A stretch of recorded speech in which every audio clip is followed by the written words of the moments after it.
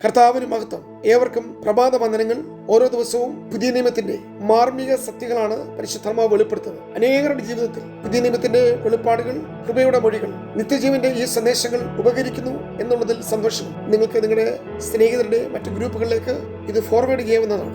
ഈ പഠനങ്ങൾ കൊണ്ട് ഏത് വിശ്വാസിയുടെയും ആത്മീയ പുരോഗതി, ക്രിസ്തീയ ജീവിതത്തിൽ ദൈവവചനത്തിലുള്ള സ്ഥാനം, പരിശുദ്ധാത്മാവിൽ നിയന്ത്രിതമായ ജീവിതം, ഈ പരിഗണനകൾ നാം നൽകുമ്പോൾ ഇന്നത്തെ ചിന്തയും അപ്പോസ്തലൻ പൗലോസ് ഒരു വിശ്വാസിയെ സംബന്ധിച്ച് അവരുടെ ആത്മീയ വളർച്ചയിൽ എപ്രകാരം വളരണം എന്നുള്ള ചിന്ത നാം തിരുവചനത്തിൽ പഠിക്കുമ്പോൾ ചില കാര്യങ്ങൾ കൂടി നാം ശ്രദ്ധിക്കേണ്ടത് ആവശ്യമാണ്. ആത്മീയ വളർച്ചയെ സംബന്ധിച്ച് വളരെ ആഴമേറിയ പഠനങ്ങളാണ് നാം ഇന്നു മുതൽ വീണ്ടും ആരംഭിക്കുന്നത്. ഇത് നിങ്ങളുടെ മനോഭാവങ്ങളിൽ, ചിന്താഗതികളിൽ, തീരുമാനങ്ങളിൽ, തെരഞ്ഞെടുപ്പുകളിൽ മാറ്റങ്ങൾ, പരിവർത്തനങ്ങൾ, രൂപാന്തരങ്ങൾ സൃഷ്ടിക്കും. എന്താണ് പൗലോസിന്റെ ചിന്താധാരകൾ?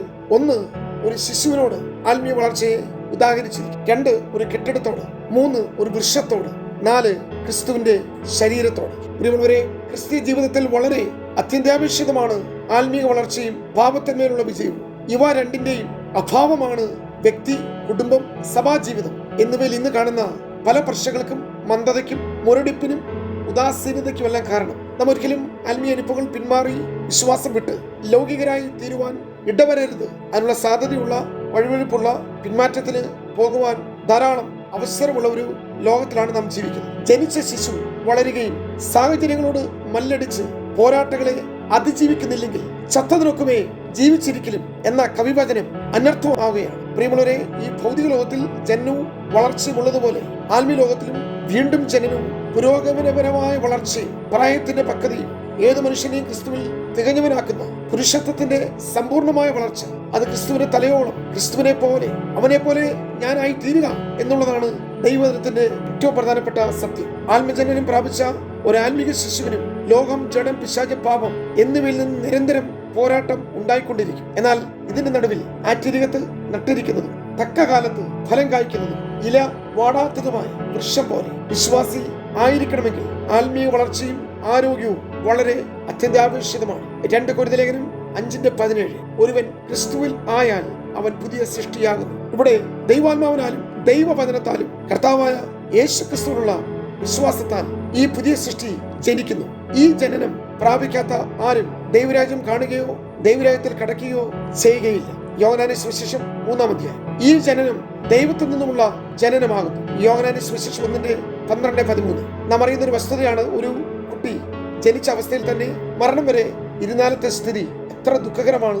ആ കുട്ടി അവന്റെ മാതാപിതാക്കൾക്ക് അല്ലെങ്കിൽ അവന്റെ ആ സമൂഹത്തിന് എന്നും ഒരു ഭാരവും ഒരു ബാധ്യതയുമായിരിക്കും. ആത്മീയ രംഗത്തും ഇതൊരു സത്യമാണ്. വീണ്ടും ജനിച്ച ഒരു വ്യക്തി ആത്മീക ശൈശവ പ്രായത്തിൽ അങ്ങനെ തന്നെ തുടർന്നാൽ ദൈവത്തിന്റെ വചനം പറയുന്നത് അവൻ ജഡികനാണ്. ജഡികനെ തിരിച്ചറിയാനുള്ള ലക്ഷണങ്ങൾ എന്തൊക്കെയാണെന്ന് പൗലോസ് പറയുന്നത് ദയവായി ശ്രദ്ധിച്ചാലും. 1 കൊരിന്ത്യർ ലേഖനം 3:1, അവർ ക്രിസ്തുവിൽ ശിശുക്കളായിരിക്കും. 1 കൊരിന്ത്യർ ലേഖനം 3:2, അവർ കട്ടിയായ ആഹാരമല്ല പാൽ മാത്രം കുടിക്കുന്നവരാണ്. വീണ്ടും 3:3, അവർ ഈർഷ്യയും പിണക്കവും ഉള്ളവരായിരിക്കും. 3:4 വാക്യം, അവർ ശേഷം മനുഷ്യരെ പോലെ നടക്കുന്നവരാണ്. നിങ്ങൾ സസൂക്ഷ്മം ഒരു ജഡീകന്റെ അല്ലെങ്കിൽ കാർണൽമാൻ സ്ഥിതിവിശേഷം എന്താണെന്ന് പരിശോധിച്ചാൽ ഏകദേശം ഇപ്രകാരമുള്ള ധാരാളം പേരെ നമ്മുടെ സഭയിലും സമൂഹത്തിലും കണ്ടെത്താൻ കഴിയും. ആത്മീകർ എന്ന പേരുണ്ട്, പുറംചട്ടയുണ്ട്, അഭിനയമുണ്ട്, നന്നായി വേഷം കെട്ടി നടക്കുവാൻ അറിയാം. എന്നാൽ മനോഭാവവും പ്രതികരണവും തെരഞ്ഞെടുപ്പുകളും എല്ലാം എപ്പോഴും വ്യത്യസ്തമായിരിക്കും. ഇപ്രകാരമുള്ളവർ ജനിച്ചിട്ട്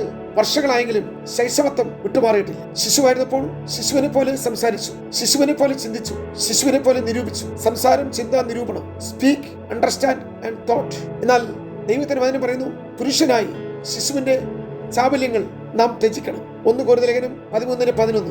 സംസാരം, ചിന്ത, നിരൂപണം എന്നിവയിലൂടെയാണ് ശൈശവത്വം, നമ്മുടെ പുരുഷത്വം ശോധന ചെയ്യപ്പെടുക. ആത്മീക പക്വതയില്ലാതെ സംസാരവും ചിന്താഗതികളും നിരൂപണങ്ങളും ഒരു ശിശുവിനെ പോലെ ഇന്നും വെച്ചു പുലർത്തുന്ന ധാരാളം പ്രിയമുള്ളവർ നമ്മുടെ സമൂഹത്തിലുള്ളപ്പോൾ യഥാർത്ഥത്തിൽ അവർക്ക് ഒരിക്കലും ജഡിക അവസ്ഥയിൽ നിന്ന് ഒരു ആത്മീയ പുരോഗതിയിലേക്കോ വളർച്ചയിലേക്കോ ഒരു വിശുദ്ധൻ വളരുവാൻ കഴിയാത്തതാണ് ക്രിസ്തുവിൽ ശിശുക്കളായിരിക്കുക എന്നുള്ളതിന്റെ അനുഭവങ്ങൾ അല്ലെങ്കിൽ അവസ്ഥകൾ. നാം വീണ്ടും പഠിച്ചത്, അവർ കട്ടിയായിട്ടുള്ള ആഹാരമല്ല പാൽ മാത്രം കുടിക്കുന്നവർ. അതിന്റെ അർത്ഥം കട്ടിയായിട്ടുള്ള ആഹാരം കഴിക്കുവാൻ പ്രാപ്തരല്ല.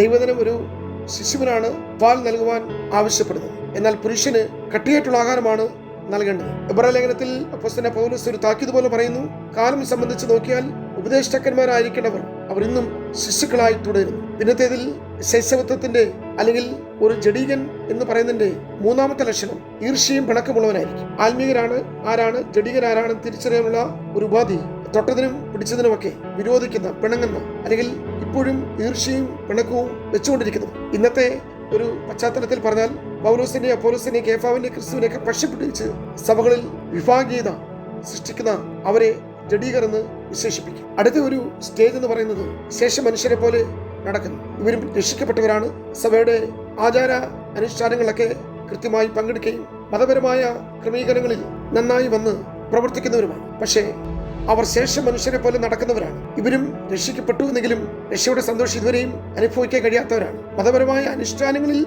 വന്ന മാറ്റങ്ങളെ ഇവരിൽ പ്രകടമാകാറുള്ളൂ. മുട്ട നല്ലതാണെങ്കിലും ചീഞ്ഞാലത്തെ സ്ഥിതി എന്താണ്? കുളിച്ചിട്ട് ചെളിയിൽ ഉരുളുന്ന പന്നിയുടെയും സ്വന്തം ഛർദിക്ക് തിരിഞ്ഞ നായുടെയും സ്ഥിതി ഇവരിൽ കാണാം. അതുകൊണ്ട് ഒരു ക്രിസ്ത്യാനി ആത്മീക ശൈശവത്വത്തിൽ തുടരുന്നത് കൊണ്ട് ഉണ്ടാകുന്ന ദോഷം ആ വ്യക്തിയെ മാത്രമല്ല സഭയെ ആകമാനം ബാധിക്കുന്നു. ഇവർ നിമിത്തം സത്യമാർഗം ദുഷിക്കപ്പെടും. അതുകൊണ്ട് നമ്മുടെ ആത്മീയ ജീവിതത്തിലെ വളർച്ച, ഒരു ആത്മീയനാകാനുള്ള ആഗ്രഹം, അതിനോടുള്ള വാഞ്ച, അഭിലാഷം, ആശ നമ്മളിൽ കൂടുതൽ വർദ്ധിക്കട്ടെ. ജഡികമായ, ലൗകികമായ, പ്രാകൃതമായ മനോഭാവങ്ങളെ വിട്ട് ശൈശവത്വം വിട്ട് പുരുഷത്വത്തിലേക്ക് മുൻപോട്ട് പോകാൻ ഈ വചനങ്ങൾ നമ്മെ സഹായിക്കട്ടെ.